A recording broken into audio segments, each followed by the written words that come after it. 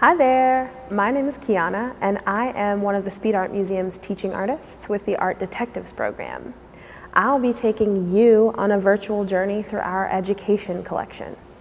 Before we get to see those objects, I want to ask you a couple of questions.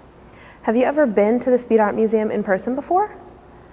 And if you haven't, have you ever been to a place like the Speed Art Museum?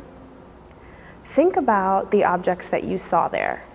Were there paintings or sculptures? Today, I'll be giving you some examples of how you can be an art detective with me. With these objects, we will be doing three things. The first thing is that we will observe these objects. So we'll just look at it and on first glance, think about some different things about it, some of the first things you notice.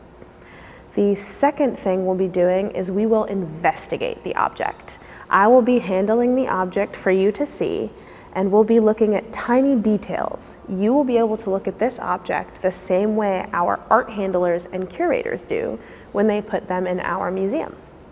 And the third thing we'll be doing together is discussing. I will ask you some questions about the objects that you saw, and we'll talk about how they were made, what they were made of, what they were used for, where they were from, things like that. Before we get to see those objects, you might be wondering why I'm wearing these gloves. That is because I will be physically handling the objects, and if I wasn't wearing the gloves, the oils on my hands could damage the objects. It could break them down over time or change the paint color. So we put on these gloves when we're handling objects in the museum to keep them safe. Okay, let's get started. We will be taking a look at objects from our Discover Europe crate. The first object that we will be exploring is this one. What do you notice upon first glance at these? This pair of binoculars may look a little different than the ones you've seen before. These were made in Paris in the 1860s. Can you tell their age from the material that was used to make them? It's a very thick glass right here, where you would see. And then what does this look like to you? It's a type of metal, so it's very durable. But if you notice, there's some difference in the color here, right? These are made out of brass. We can tell that because the oxidation process has started, meaning the environment around the binoculars has started to change the chemical makeup and cause it to turn green. Just like when you see an old penny and it's starting to turn a little bit green, or how the Statue of Liberty is green from the air and the water. Did you know binoculars were meant to be a portable version of a telescope? You think you could see the stars with these? We talked a little bit about the clues that would tell you the age of these binoculars. Do you notice anything else about the age?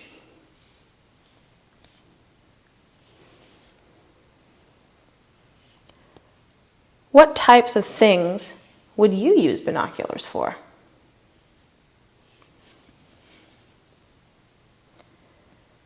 And one last clue here, you can see the name of the manufacturer and then the place, so Paris, France, right there.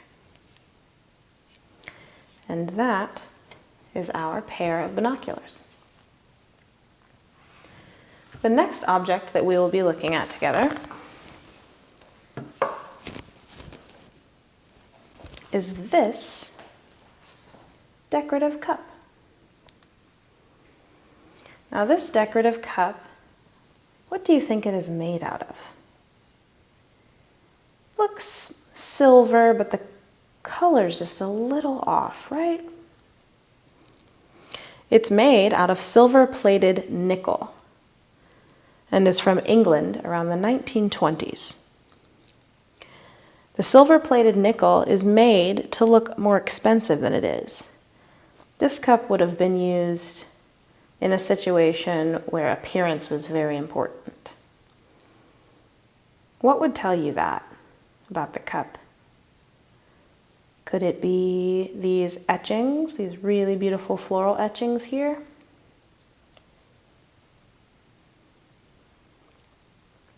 What about this cup seems functional to you? You think you could drink something out of this cup? Maybe tea? Or use it for cream to put in your coffee? When this cup was not in use, it would just be displayed in someone's home. Do you have objects like this in your house that are beautiful but also functional? Maybe objects on display or things that you've collected that you like to keep for people to see when they come over?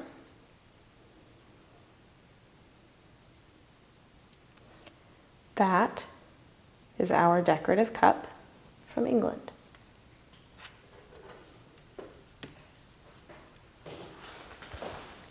The next couple of objects that we will be taking a look at together are two prints.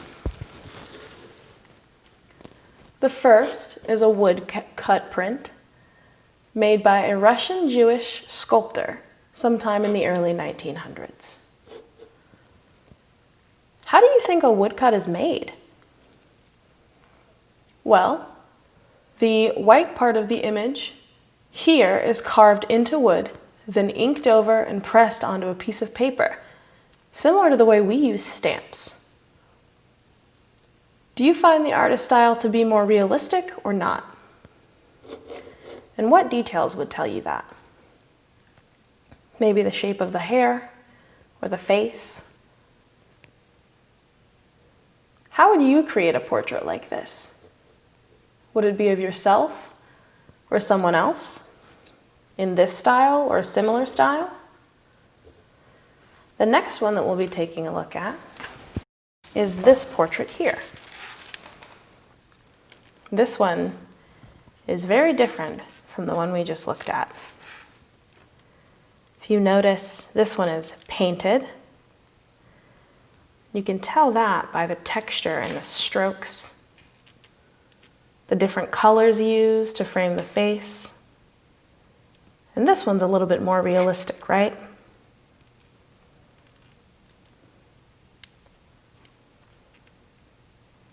Would you create a portrait like this, or would you try to draw it similar to our woodcut? So together, we've learned about a few different European works of art. You learned about French binoculars and their attempt at making a portable telescope, about English decorative cups, and how a Russian sculptor cut his image into wood before printing it on a piece of paper, along with a print to compare the styles. Remember when I asked you what style you would create your portrait in? I asked you that because you will be drawing your very own.